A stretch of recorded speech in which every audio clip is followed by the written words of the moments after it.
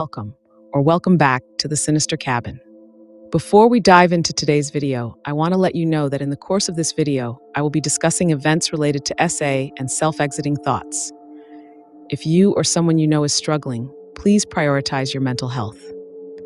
Take a moment to pause, step away from the screen, and if needed, skip this video entirely. Remember, you are not alone and there is help available. Take care of yourself, and we'll be here for you in the next video. Without further ado, let's jump into the narrative that was originally shared on Reddit back in 2020.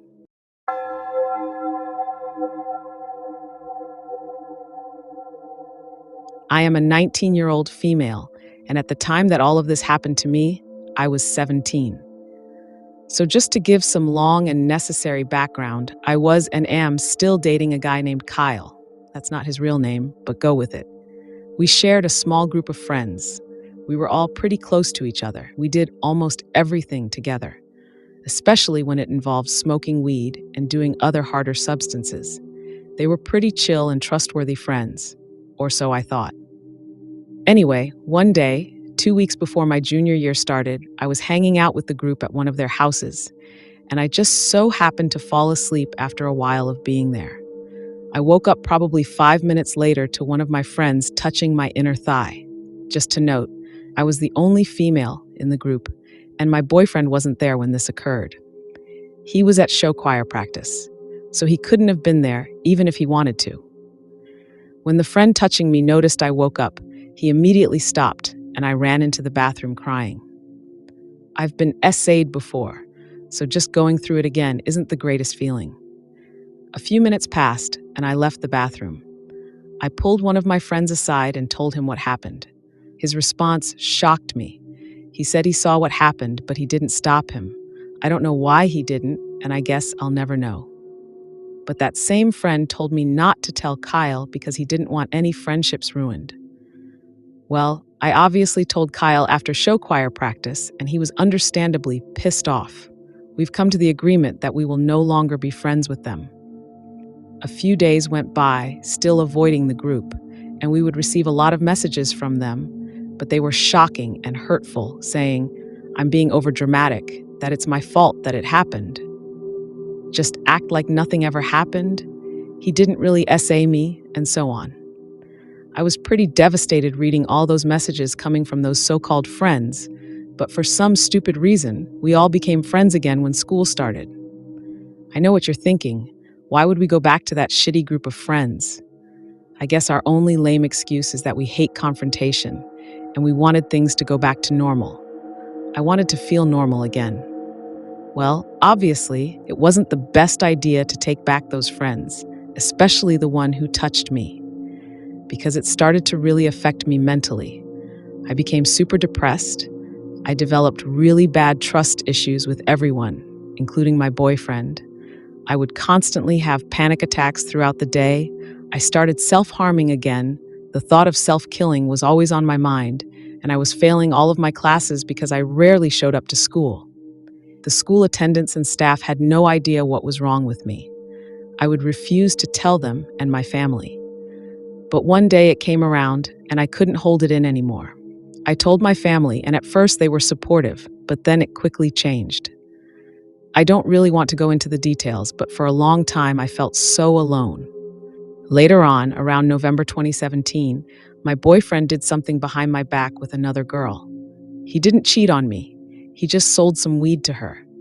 But for some odd reason, I got mentally worse.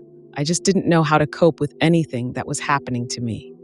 I started mentally abusing my boyfriend, like extremely bad to where he hated himself. And I think at some point he even thought of self-exiting.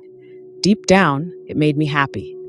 I wanted someone to feel pain, but it got so bad that we broke up twice, but then got back together the same day each time. Now fast forward to around February 2018.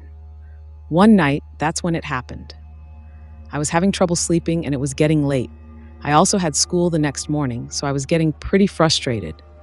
Finally, around 1 a.m., I started dozing off. I found myself awake, probably about 10 to 15 minutes later. I noticed a tall, dark figure standing across the room in my closet. At first, I thought it was my older brother messing with me because he's done stuff like this before. But as I tried to say his name, I couldn't. That's when I realized I couldn't speak, couldn't move, and was paralyzed. So as I'm staring at this figure in my closet, wondering what the F is happening, the figure starts moving closer to me. Then I noticed it kind of looked like it was floating towards me. I can feel myself panicking, but I couldn't move or say anything. So when the tall, dark figure reached the side of my bed, I kid you not, it bent over and grabbed my nose. Now I couldn't breathe through my nose or mouth. I'm just staring at this dark figure. Its face was so close to mine, but I couldn't make out any features. I can feel my heart trying to break out of my chest, and my lungs are hurting like hell because I couldn't breathe. I legitimately thought I was going to die, but suddenly I quickly sat up, gasping for air, looking around my room for that figure, but it wasn't there. I was scared. I was so scared. I didn't know what just happened. I thought I just had the most realistic nightmare of my life. I mean, I guess that's kind of what happened. The next morning, when my boyfriend picked me up for school, I told him about the realistic nightmare. He said, "That's creepy." And that was that.